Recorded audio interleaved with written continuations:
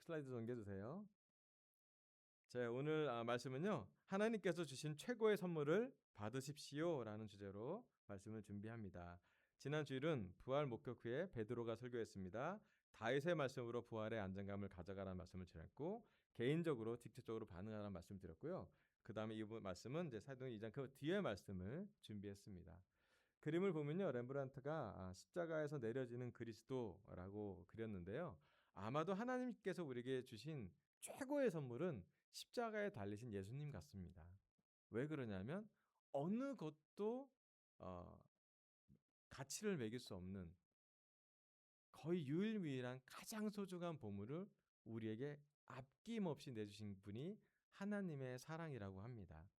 그 사랑의 정점은 아주 빛나는 보석이 아니라 아주 처참한 십자가의 처형이었고, 이 십자가의 처형과 부활을 이해한 제자들이 전한 복음이 바로 우리에겐 최고의 선물이 된 거라고 개인적으로 생각합니다.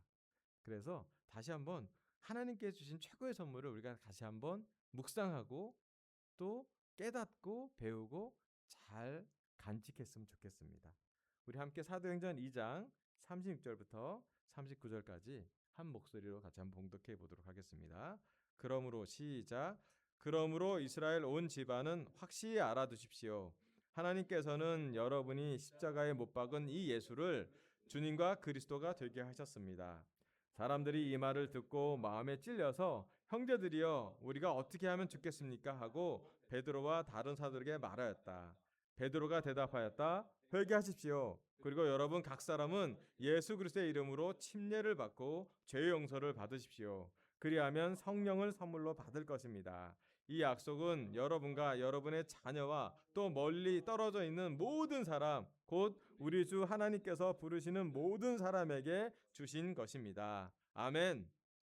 사도 베드로는 부활을 목격합니다. 사도 베드로는 예수님의 십자가와 부활을 목격하고 난 다음에 삶의 근본적인 변화가 옵니다. 그리고 그 변화는 베드로의 설교 중에 영향력 있게 다가왔고, 그리고 나서 이 설교는 각 사람에게, 경건한 유대인들에게, 온 세상에서 예루살렘에 모인 사람들에게 영향을 주었고, 그 영향으로 여기 나온 38절의 말씀처럼 베드로의 메시지에 반응한 사람들은 세례를 받습니다. 참 놀라운 것은 베드로를 통해서 하나님의 선물이 전달되는 시간을 갖고 있습니다. 자, 오늘 설교 첫 번째 포인트는요. 넘겨주세요. 하나님의 선물은 회개할 때, 침례 받을 때 받습니다. 여기 또 예수님의 제자들의 세례를 이렇게 고증해 놓은 그림이 있는데요. 우리가 하나님의 선물을 받는 그 과정 중에 가장 중요한 과정이 우리가 회개할 때, 그리고 침례, 세례 받을 때 우리에게 하나님의 선물이 전달된다는 것이죠. 하나님은 우리에게 자기의 가장 소중한 존재인 외아들 예수님을 보내셨습니다. 그리고 십자가와 부활을 완성한 이후에 사도 베드로를 통해서 우리 또한 예수님을 주와 그리스도로 삼을 수 있도록, 또 예수님의 이름으로 침례를 받고 세례를 받고 죄 용서를 받으라고 강하게 전달했습니다. 그리고 그 약속은 그 당시의 유대인뿐만 아니라 땅끝에 있는 우리까지, 지금 현재 우리뿐만 아니라 우리 자녀까지, 우리 부모들까지 다 전달하는 복음이 되었습니다. 하나님의 선물은 회개할 때, 침례 받을 때 받게 됩니다. 자, 구절 하나 좀 보여주세요. 제가 읽어볼게요. 마가복음 1장 14절에서 16절입니다. 요한이 잡힌 뒤에 예수께서 갈릴리에 오셔서 하나님의 복음을 선포하셨다. 때가 찼다. 하나님의 나라가 가까이 왔다. 회개하라. 복음을 믿어라. 예수께서 갈릴리 바닷가를 지나가시다가 시몬과 그의 동생 안드레가 바다에서 그물을 던지고 있는 것을 보셨다. 그들은 어부였다. 예수께서 이 땅에 오셔서 가장 먼저 전한 복음의 말씀이 바로 이 말씀입니다. 하나님의 나라가 가까웠다. 회개하여라. 복음을 믿어라. 사도 베드로가 영향력 있는 설교를 한 것은 다름 아닌 예수님의 전한 설교와 같았기 때문입니다. 메시지가 똑같았어요. 전한 사람이 예수님일 때도 있었고, 전한 사람이 베드로일 때도 있었고, 나중에 전한 사람이 바울일 수 있는데, 전하는 메시지는 똑같은 복음, 그 복음 메시지였습니다. 복음의 핵심은 뭐냐면 회개하라는 것이었어요. 그리고 회개한 사람이 가져갈 수 있는 순종, 침례, 세례를 받으라는 것이었습니다. 그리고 이 약속을 순종하고 지키는 사람들은 하나님의 선물을 받았습니다. 자, 넘겨주세요. 연구를 좀 해봤죠. 회개를 알아봤더니 어떻게 보냐면 마음을 바꾸다, 가치관이나 관점이나 세계관을 바꾸다, 다른 견해, 채택, 감정을 바꾸다, 결의를 바꾸다 뭐 이런 뜻이 있어요. 핵심은 뭐냐면 내 마음을 바꾸는 걸 통해서 나의 관점, 나의 가치관, 나의 세계관을 바꾸는 것을 회개라고 합니다. 여러분 회개하라라는 말씀을 들으면 우리 강서 제자들은 대주 가정교회들은 어떤 단어가 연상됩니까? 네.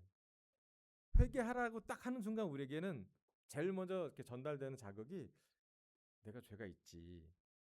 죄책감이 올 때도 있고 죄를 보게 됩니다. 맞습니다.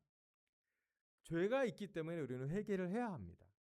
그리고 더 정확히 얘기하면 회개를 할 수 있다는 것은 특권입니다. 하나님의 선물의 포장은 때로는 이렇게 아름답고 착한 포장이 아니라 진실되고 확실한 포장일 때가 있습니다. 그것은 다른 아닌 우리가 하나님의 말씀으로 바뀌어야 된다는, 하나님의 말씀에 우리를 복종시켜야 된다는 것을 의미하고 있습니다. 그리고 영어로는 repent가 군대 용어인데 뒤로 돌아가라는 뜻입니다. 우리가 세상과 사탄과 우리의 육체적인 방향으로 걸어가고 있다면 세례는 회개는 죄로 가던 방향을 바꿔서 하나님의 나라와 예수님과 은혜로 방향을 바꾸는 것을 의미하고 있습니다. 또 베프티소 세례는 사람을 물에 잠기게 하라고 했고 예수님의 말씀으로는 영적으로 다시 태어난다라는 그 의미를 갖고 있습니다. 우리가 회개한다라는 것을 할 수 있도록 결정하기 위해서는 가장 먼저 예수님과 그의 복음을 믿어야 가능합니다. 회개는 쉽지 않습니다. 그렇지 않습니까?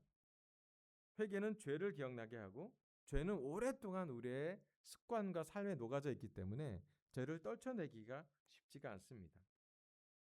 하지만 우리 강서와 제주 가정교회 제자들이 하나님의 선물을 다 받으셨는데 첫 번째 받았던 그 이유는 믿고 회개하고 침례를 받았기 때문입니다. 여러분 우리가 회개하고 세례 받았던 그 시간을 한번 기억해 보시길 바랍니다. 그때는 우리 늦은 시간까지 성경을 공부했고 매일 기도했으며 누군가가 저희를 위해서 기도하고 있음을 듣고 성경 공부를 진행했을 거라고 알고 있습니다. 우리 회개와 침례가 우리 인생을 송두리째 바꿉니다. 되게 신기했어요. 저는 제가 죄를 반복적으로 짓고 있었기 때문에 저는 제가 죄를 싸우는 것 자체가 불가능할 거라고 생각을 했었던 것 같거든요. 무력했던 기억이 나요. 또 죄를 졌구나. 하지만 누군가 말씀을 전하고 왕씨가 너가 같이 이 말씀에 반응해서 죄랑 싸울 수 있어. 회개해보자 라고 제안했을 때 제 안에서 뭔가 이렇게 죄랑 싸우려는 그런 동기가 생긴 걸 보고 되게 신기하게 생겼던 기억이 나요. 다른 사람한테 말하는 건 아니었지만 제 내면의 변화가 있었던 것으로 생각이 들었습니다. 참 놀랍게도 서로 함께 죄를 고백하고 회개하는 시간은 저에게는 은혜의 시간이었던 것 같아요. 어느 누구한테도 심지어 가족에게도 얘기하지 않았던 죄를 나눴었고 뿐만 아니라 이 죄를 싸울 수 있도록 서로 기도해주고 서로 말씀을 보고 거의 매일같이 같이 이 말씀을 봤던 기억이 납니다. 이 세상에 살 때 우리는 여러 선택을 하고 살 수 있습니다. 어려운 선택을 할 수도 있고 편한 선택을 할 수도 있습니다. 하지만 가장 우리 인생의 놀라운 선택은 하나님의 말씀에 반응하고 회개한 것이라고 저는 믿습니다. 또 때로는 그 기억이 너무 강렬해서 우리 오래된 제자들은 또 이런 생각을 할 수가 있어요. 회개를 생각하면 너무 무겁다. 마음이 깨져야 된다. 마음이 찔리고 깨지고 뭐 이런 생각을 좀 과격해야 된다라고 생각할 때가 있는 것 같아요. 하지만 성경 그 본질로도 들어가면 회개는 내면의 자연스러운 변화와 맞닿아 있습니다. 말씀이 우리 마음에 들어갔을 때, 말씀이 씨앗이 우리 마음이라는 밭에 심겨졌을 때 하나님이 그 마음을 자라게 해 준다라는 것이죠. 때로는 우리가 행동하는 회개를 많이 생각할 수 있지만 성경에 말하는 회개는 변화한 모든 것을 의미합니다. 마음의 변화와 행동의 변화 같이 맞닿아 있습니다. 놀라운 것은 뭐냐면 회개는 하라고 얘기했고요. 침례는 받으라고 했어요. 좀 다르죠, 말이? 회개는 우리의 선택이 들어가는 거고요. 그리고 침례를 받으라는 것은 사실은 하나님이 주시는 은혜 속에 우리가 순종한다는 얘기입니다. 사도 베드로의 설교는 개인의 선택과 하나님의 선물이 맞닿아 있습니다. 서로 상호작용을 해요. 우리는 회개하고 하나님 우리를 침례 주시는 걸 받게 되게 합니다. 회개하기로 결정한 사람들은 침례를 받습니다. 세례를 받습니다. 그리고 나서 그의 삶은 성령님을 선물로 받고 죄의 용서를 받고 놀랍게 살게 됩니다. 저는 우리 제자들의 첫사랑, 우리가 받았던 영적인 선물을 꼭 간직하는 우리가 됐으면 좋겠습니다. 저는 진짜 신기해요. 우리 아까도 준수 형님 좀 얘기했지만 제가 제자가 안 됐으면 저는 어떻게 살았을까 상상해 보면 까마득합니다. 아마 저는 밝은 인생을 살지 못했을 것 같습니다. 아마 저는 죄로 점철된 아주 어두운 삶을 살았을 거라고 고백하고 싶습니다. 저희 가족이 어두웠고요. 제 주위가 다 어두웠고요. 제 관계가 사실 되게 쉽지 않았기 때문이죠. 하지만 제자가 되어서 회개하고 세례를 받음으로 인해서 제 삶에는 정말로 끊기 있는 죄의 고리, 끊기 힘든 저 악순환을 끊었던 기억이 있습니다. 그리고 지금 제가 어떻게 보면 담대하게 우리 여러분과 함께 저와 함께 설교를 말씀을 전하는 것도 저는 하나님의 기적이라고 생각이 듭니다. 그럼 우리가 받았던 가장 큰 선물, 그 선물은 회개할 때 침례 받을 때 전달됩니다. 우리가 받았던 선물이 전달되는 그 시간을 잊지 말고 잘 묵상하면 좋겠습니다. 아멘. 자, 그 다음 구절 좀 넘겨주세요. 이것도 제가 읽어볼게요. 사도행전 2장 38절부터 39절입니다. 베드로가 대답하였다. 회개하십시오. 그리고 여러분 각 사람은 예수 그리스도의 이름으로 침례를 받고 죄의 용서를 받으십시오. 그리하면 성령을 선물로 받을 것입니다. 이 약속은 여러분과 여러분의 자녀와 또 멀리 떨어져 있는 모든 사람, 곧 우리 주 하나님께서 부르시는 모든 사람에게 주신 것입니다. 아멘. 자, 첫 번째 하나님께 주신 최고의 선물은 회개와 침례를 받을 때 죄의 용서와 성령을 받는다는 복음인데요. 첫 번째는 회개할 때 침례 받을 때 받는다고 얘기했습니다. 두 번째는 뭐냐면 넘겨주세요. 죄의 용서와 성령님이 최고의 선물입니다. 우리가 회개와 침례를 받을 때 어떤 일이 벌어지냐면 죄가 용서되고요. 그 다음에 성령님을 하나님께서 선물을 주신다고 합니다.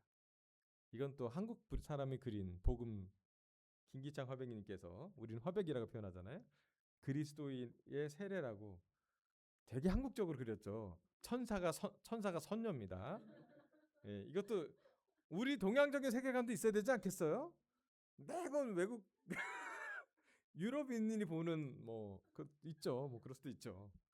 그것도 사실은 어떻게 보면 이스라엘 사람이 아니라 유럽 사람이 본 예수님일 수도 있어요. 그들이 상상하는 그림. 직접 본 사람은 사도들밖에 없으니까. 근데 우리도 똑같잖아요. 근데 저는 너무 연세대학교 가면 100주년 기념관에 그 통로에 쫙 예수님의 일대기를 또 복음서 얘기를 다 이런 그림으로.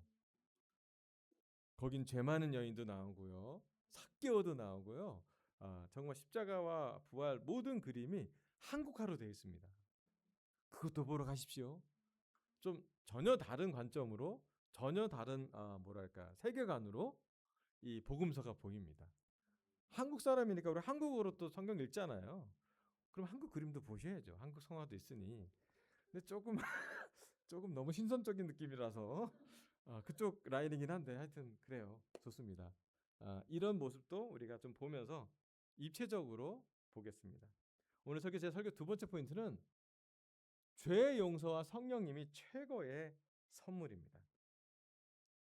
사실은 죄 용서와 성령님이 선물이라 그러면 여러분 와닿습니까?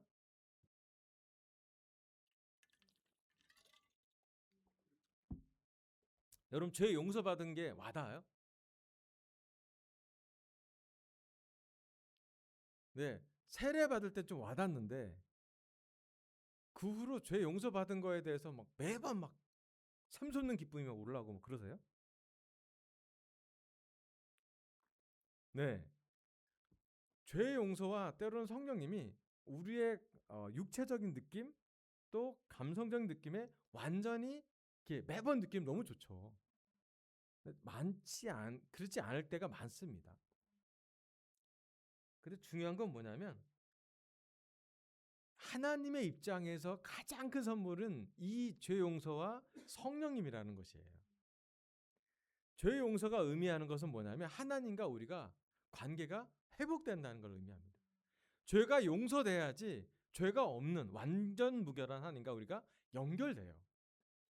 그리고 하나님 우리 각 사람에게, 각 사람 영혼에게, 각 사람 육체에, 각 사람 감정에 성령님을 심어 놓으신다고, 부어 주신다고 그랬잖아요. 내재하는 성령님이 계신다는 게 하나님의 눈에는 우리가 구원받았다는 도장을 찍힌 거라고. 계약서에 도장 찍어야 계약이 진행되잖아요. 똑같이 하나님의 눈에서는 죄의 용서와 성령님이 그만큼 중요해요. 계약이 끝났다. 모든 게 완성됐다. 율법이 끝났다라고 완성됐다라고 보는 것이에요. 그런데 때로는 우리가 영적으로 묵상이 깊어지거나 말씀을 보고 깨달음이 적을 때는 이것이 되게 많이 와닿지 않을 때가 있어요. 약간 형이상학적 같은 느낌이 들 때가 있습니다. 자, 하나님은 우리에게 최고의 선물을 주셨고 그 선물은 그리스도의 십자가 부활로 완성되었습니다. 그리고 더 놀라운 것은 베드로의 설교를 통해서 죄의 용서와 우리가 회개하고 세례를 받음으로써 죄의 용서와 성령님을 선물로 받은 우리라는 것이죠. 자, 잠깐만 구절 한 구절 넘겨주세요. 넘겨주세요. 이거 마지막 구절인데 갈라디아 4장 6절에 7절인데 같이 한번 한 목소리로 봉독해 보도록 하겠습니다. 6절 그런데 시작. 그런데 여러분은 자녀이므로 하나님께서 그 아들의 영을 우리의 마음에 보내주셔서 우리가 하나님의 아버지라고 부를 수 있게 하셨습니다. 그러므로 여러분 각 사람은 이제 종이 아니라 자녀입니다. 자녀이면 하나님께서 세워주신 상속자이기도 합니다. 아멘. 자, 죄 용서와 성령님이 의미하는 것이 무엇이냐라고 말하면 사도 바울은 이렇게 얘기합니다. 그러나 여러분은 자녀이므로 하나님께서 그 아들의 영을 우리에게 우리의 마음에 보내주셔서 우리가 하나님을 아빠, 아버지라고 부를 수 있게 하셨다고요. 최고의 선물을 주었을 때 우리에게 이해되는 개념은 뭐냐면 우리가 하나님의 아들, 딸로 입양됐다라는 것이에요. 우리가 받았던 세례를 하나님 편에서 보면 하나님의 아들, 딸로 정식 입양되는 과정입니다. 가족이 된 것이에요. 죄의 용서와 성령님은 우리가 입양된 결과입니다. 하나님의 아들, 딸이 됐을 때 하나님이 주시는 선물이 각 사람에게 죄로 용서시켜주고 그 다음에 성령님을 하나님의 영을 마음에 심어주신 거예요. 그럼 하나님을 아빠, 아버지라고 부르시는 것이 얼마나 큰 특권일까요? 당시 이 말씀을 듣고 있는 갈라디아 사람은 다 이해가 안 갔어요, 사실은. 왜 그러냐면 종이 많았던 시대였거든요.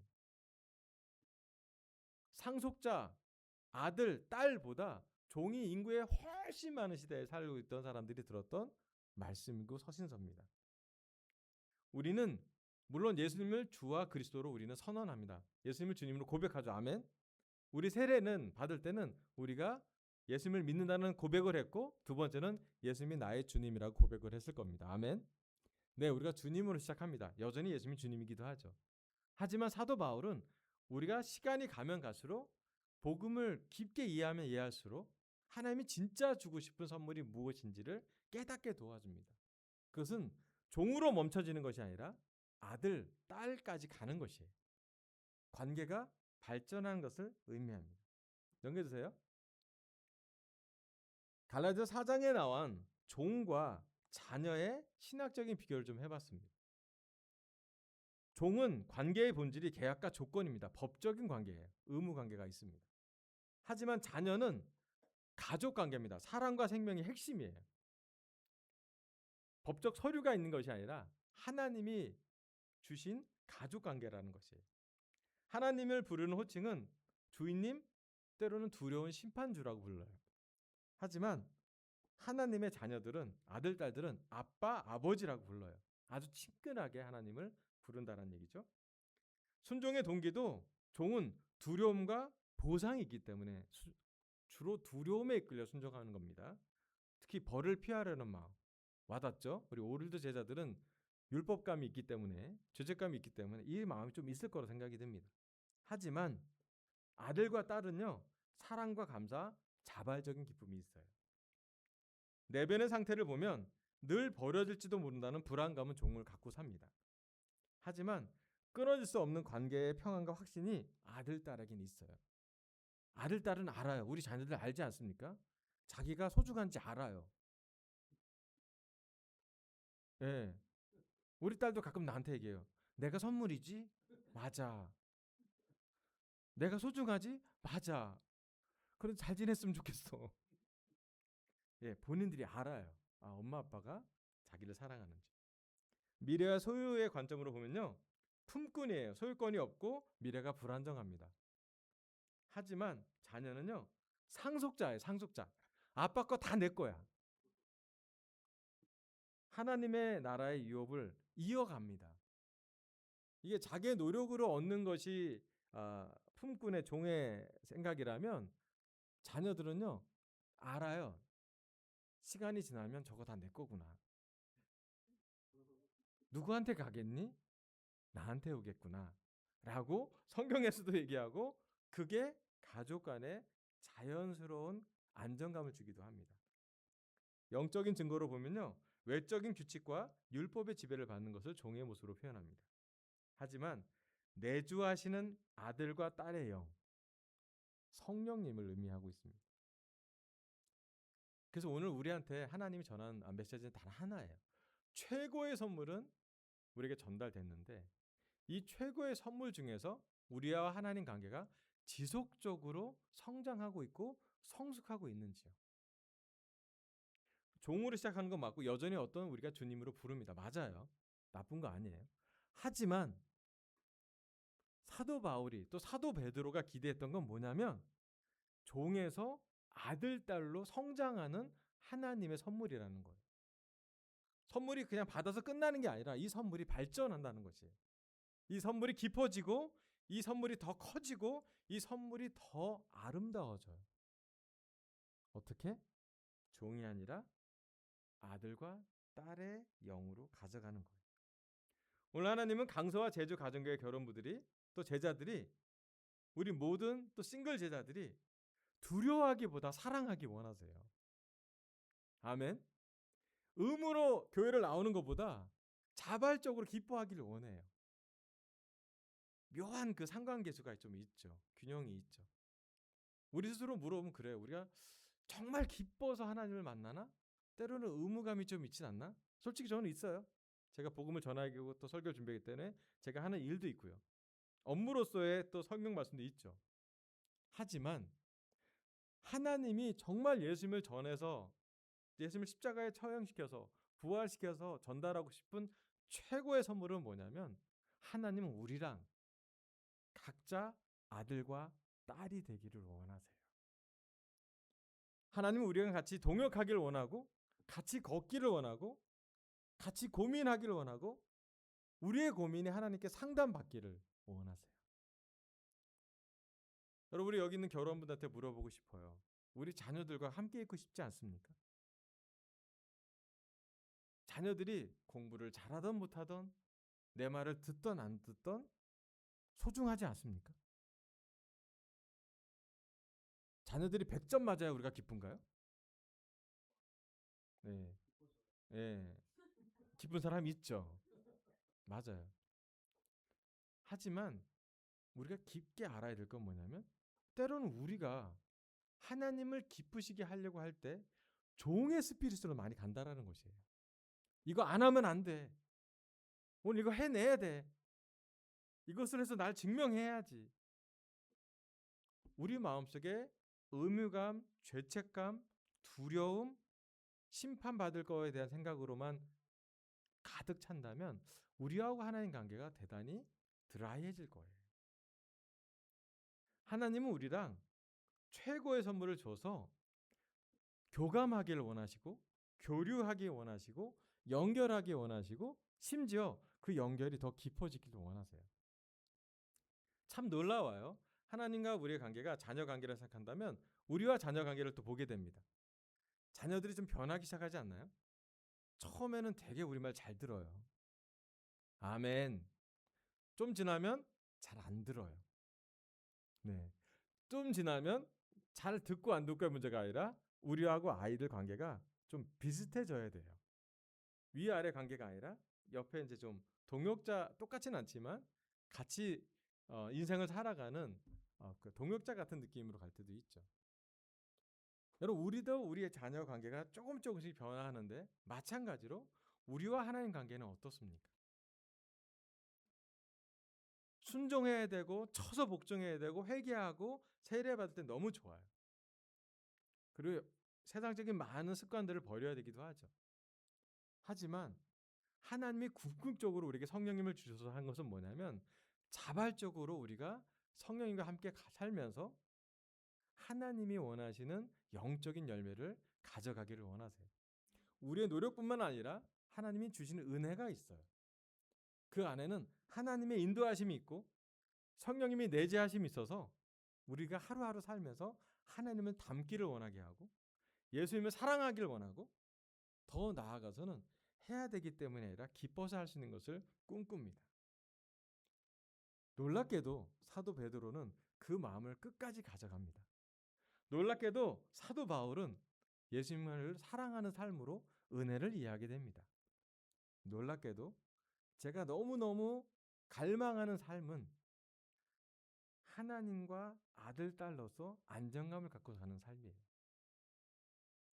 우리가 죄를 졌을 거예요. 하지만 오늘 성찬 했듯이 우리는 매주 하나님이 우리 죄를 성찬으로 녹여서 지워주실 거예요. 근데 놀라운 건 뭐냐면요. 하지만 우리가 조금 잘한 그 무엇이라도 하나님은 하늘에 기록합니다. 죄는 다 지워주시고요. 우리가 하나님을 보면서 했던 기도, 때로 억울했지만 우리가 참았던 그 시간, 또 오늘 하루 내가 교회에서 막 잠을 못 자서 피곤한데도 와서 최선의 노력을 했던 그 마음을 하나님은 기억하십니다. 그리고 아름답게 여기실 거예요. 저는 강서와 제주 가정교회 예배가 하나님만을 기쁘게 했으면 좋겠습니다. 왜냐면요, 우리가 하나님을 기쁘게 해드리려고 노력하잖아요. 우리도 기뻐져요. 내가 하나님처럼 살려고 노력하면, 예수님을 닮아가려고 노력하면 신기하게도 내 주위에 예수님을 사랑하는 사람들이 같이 모입니다. 놀라워요. 그래서 의심보다는 신뢰를, 불안보다는 평화를, 보이지 않지만 안정감을 주게 되죠. 여러분, 우리가 갖고 있는 선물이 지속적으로 성장하고 지속적으로 소중하게 변하고 지속적으로 깊어지는지 한번 확인하길 바랍니다. 하나님은 우리가 아들, 딸이길 원해요.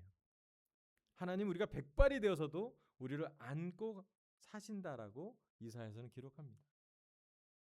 오늘 시간 우리가 특별히 강소와 제주 가정교제자들이 뭔가 영적으로 지쳤다면, 정서적으로 좀 피곤하다면, 삶의 많은 무게 때문에 마음이 어렵다면 마음을 잠깐 내려놓고 우리가 하나님의 아들과 딸임을 기억하시길 바랍니다. 우린 죄도 용서받았고요. 성령님을 선물로 받았습니다. 성령님이 아들과 딸이 뭘 원하게 할 때 계란을 달라고 하는데 정갈을 주진 않으실 거예요. 왜냐하면 성령님이 계시기 때문이죠. 여러분, 아빠, 아버지라고 우리가 하나님을 부르고 있는지 다시 한번 확인해 보시길 바랍니다.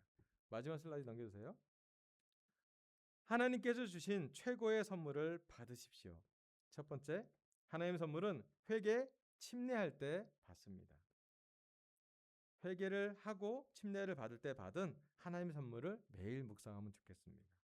두 번째, 죄의 용서와 성령님이 최고의 선물입니다. 선물을 받았으니 종이 아니라 하나님의 아들, 딸로 매일매일 살았으면 좋겠습니다. 설교 마치겠습니다. 감사합니다.